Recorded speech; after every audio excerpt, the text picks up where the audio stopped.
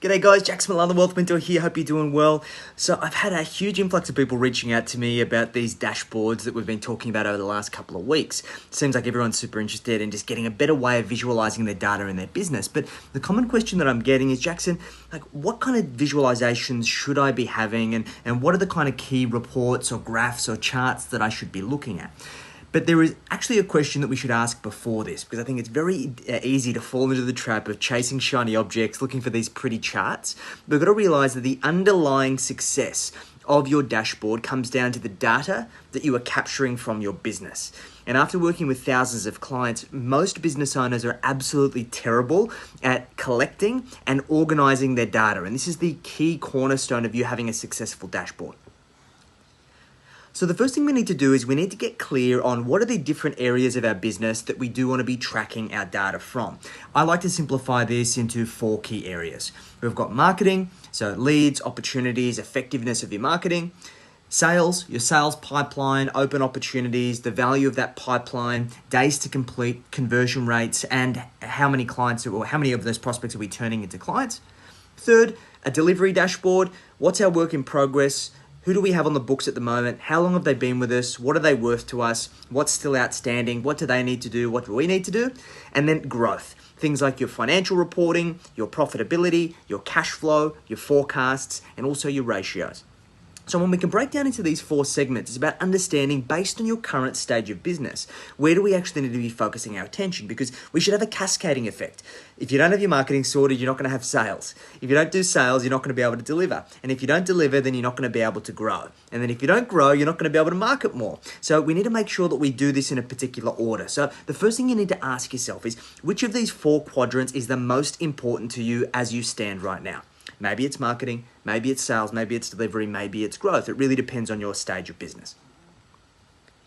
What we then need to do is we need to identify where we are going to capture the data and what is going to be the source of truth of that data. So maybe it's your CRM, maybe it's your Facebook ads manager, maybe it is your website analytics, maybe it is some other type of platform like a project management system, or maybe it's just data that you're collecting in a spreadsheet. But we need to collate all of the data sources that we're going to be using as the source of truth.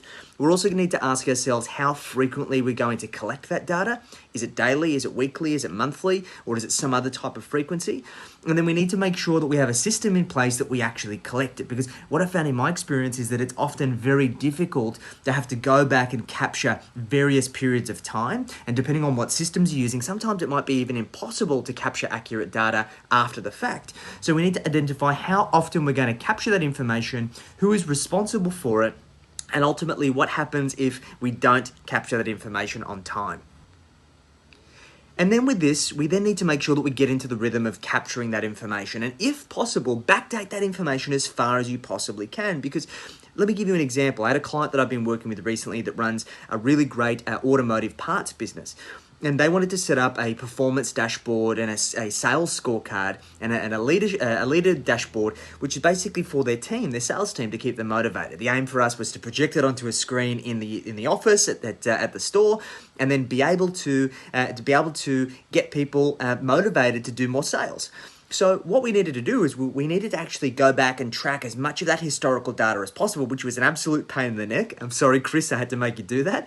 But with all of that data, we've now been able to actually create historical reports and then do leaderboards over different periods of time. So the more data we've got historically, the more we can manipulate that data to be able to do accurate forecasts. Another example for you guys is that a couple of years ago when I was running a separate business, the business was really terrible in terms of data tracking. I created a really great CRM, a really great process for capturing data, and after capturing 6 months of data for all of the various stages, we were actually able to accurately project our cash flow 24 months into the future with a plus minus 10% variance. Like, imagine knowing that based on the things that you are doing today, that you could forecast 3 months, 6 months, 12 months, even 24 months into the future in your business. How would that change the way that you view your business growth? And that this all comes down to capturing the right data up front. So guys, before you get caught up in these sexy and sophisticated dashboards, these pretty reports, it all comes down to data integrity. Your dashboard is garbage in, garbage out. If you're capturing garbage data, then the reports are going to be garbage too. So I hope this compels you to start capturing that information. And I recently put together an ebook, which is Dig Your Well Deeper. It's 12 simple strategies to grow and scale your business profits without winning new clients. And this is one of the strategies that we talk about in that ebook. So if you would like a copy, just drop 12 ways below, and I'd love to send you a copy. And if you'd like to have a chat around how we can help you build your business dashboard, start getting better data integrity and getting better visualizations of how you can grow and scale your business profits, increase your cash flow, and then turn your business profits into personal wealth, hit me up in the DMs. Love to have a chat. We'll speak to you soon.